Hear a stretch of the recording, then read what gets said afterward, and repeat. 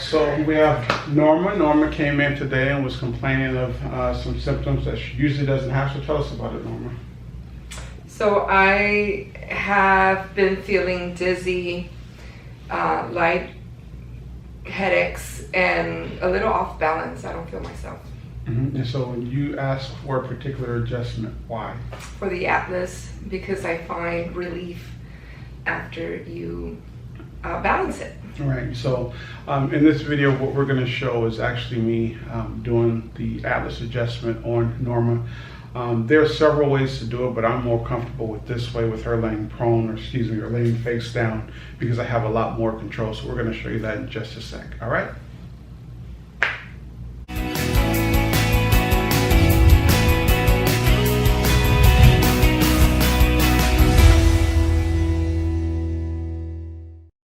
All right, so I'm just assessing here.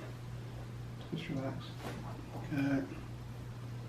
And then from here, turn your head this way. Lift up. Slide my arm down. Just gonna relax in there and straight down. And we're good.